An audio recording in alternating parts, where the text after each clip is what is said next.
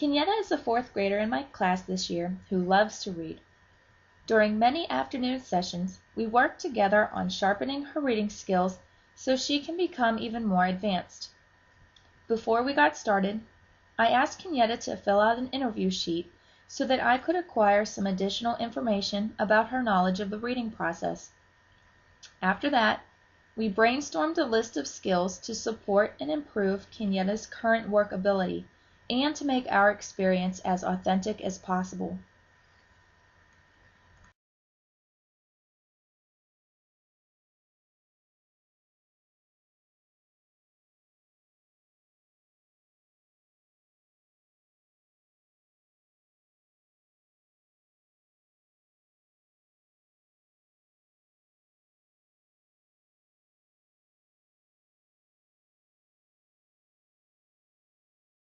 Kenyetta and I determined together which skills and strategies would be most helpful to practice and review.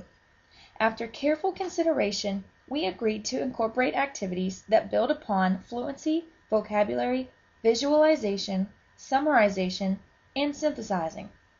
I even introduced Kenyetta to the importance of doing an author study, so we learned more about Patricia Polacco and even got to read some of her wonderful pieces of work.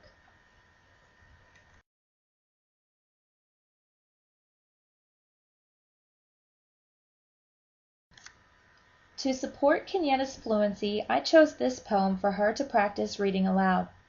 Repeated readings of authentic material make fluency practice fun and easy, and also supports automaticity and prosody. In this video coming up, Kenyetta is working on fluency in decoding by rereading a silly poem. She is demonstrating literacy by orally practicing her reading rate, accuracy, expression, and the appropriate phrasing of the poem. Kenyetta does an exceptionally better job at the second time around. Watch closely at how she corrects her mistakes. Okay, I'm going to ask you to read it one more time out loud, and again, since we're working on fluency, I want you to read with expression. Remember when we talked about that being prosody in your voice, and that's just saying, we read like we talk out loud. But then you think about the words, and then you just don't call them out. Right, yes. Okay, you're doing a great job. Want to go ahead? Okay. I raised my hand in class this morning, sitting in the back. The teacher didn't see it, I think. Instead, she called on Jack. I stretched my hand up higher, but she called on Zach and Zoe. I started bouncing up and down, but still, she called on Chloe. I raised my arms, but even so, she didn't call on me. She called on Brian, Brooklyn, Billy, Bailey, Ben, and Bree. She called on Taylor, Tristan, Thomas, Trinity, and Ty. Then finally, she called my name.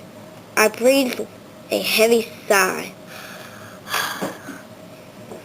She asked me for an answer. I just frowned and clenched my knees and said, I have no idea, but can I use the bathroom, please? Repeated readings of fun and easy text like poems and even jokes will help Kenyetta to improve upon correctly decoding words, pausing correctly, and reading with better enthusiasm.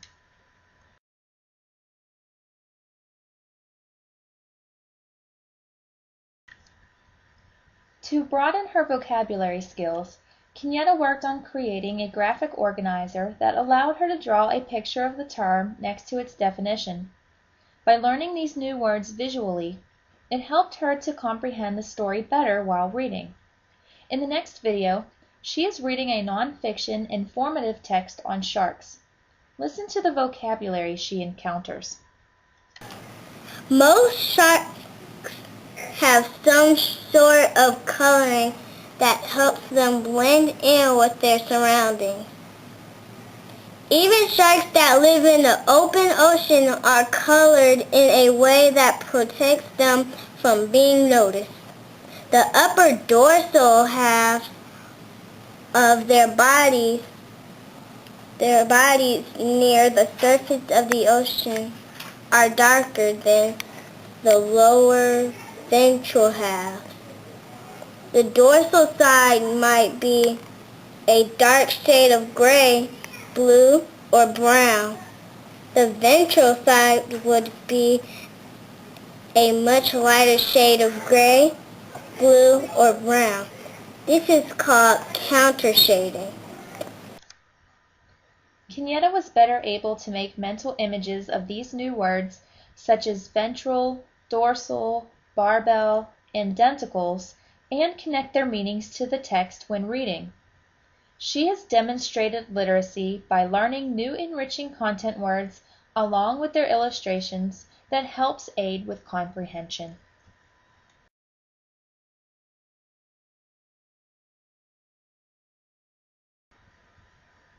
Throughout my research in this program, I have learned that visualizing is an essential component of comprehension, so one of the ways we further worked on this was by incorporating what is called a sketch-to-stretch.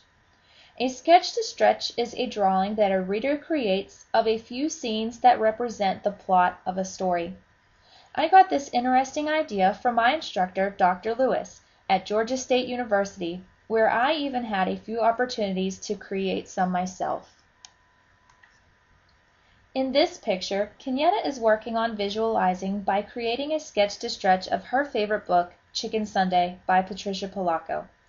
She is demonstrating literacy by illustrating a visual representation of the story's plot and characters that really resonated with her. Kenyetta really enjoyed working on this assignment, and it has really helped her to understand the events in the story better, especially the scene where the characters in Chicken Sunday are dyeing their Easter eggs.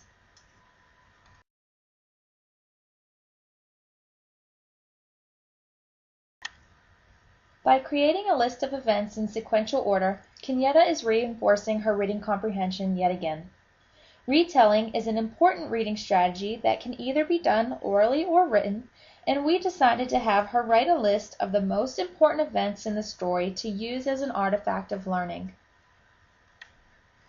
According to author Gerald Duffy, summarizing is the creation of a brief retelling of a text, and that is what Kenyetta is demonstrating in this photo.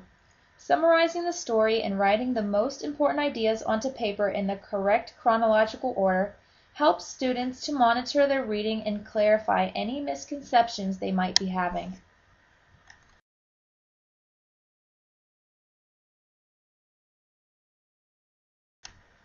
The last skill Kenyetta and I worked on was synthesizing the material being read by making personal connections with the text.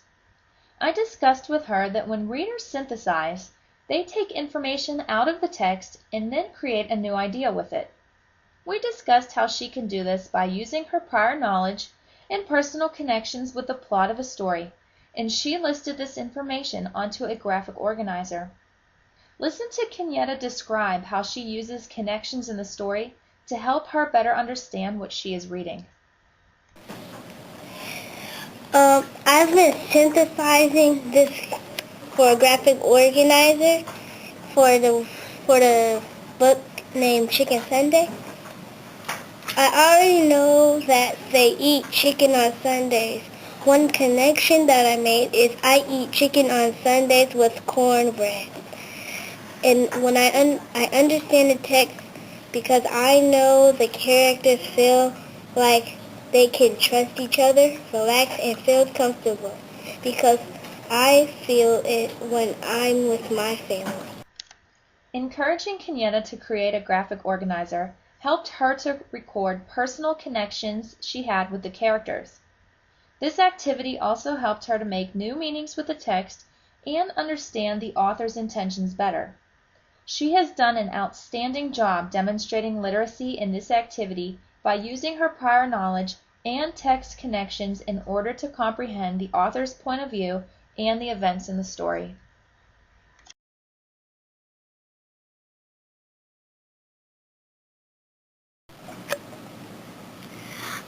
I've been reading books about Patricia Polacco a lot since we've been studying on them.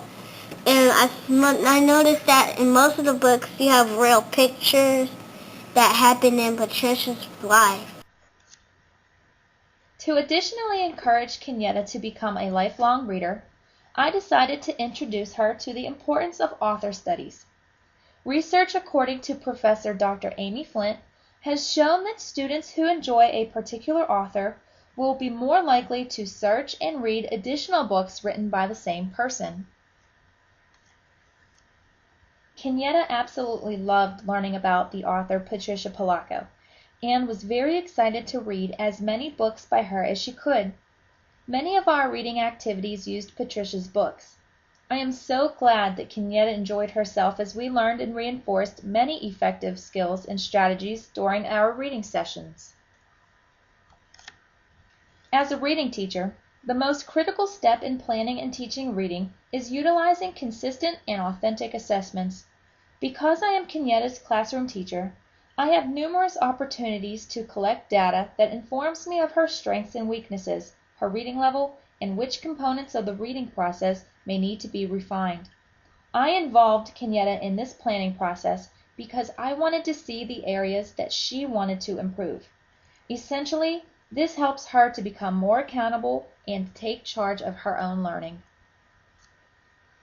For an avid reader like Kenyetta, I recommend that she continues to read as much as she can daily, but on all ranges of literature. I want her to continue to choose books that are both fiction and nonfiction, fantasy and adventure. This will broaden the depth of her already advanced vocabulary knowledge.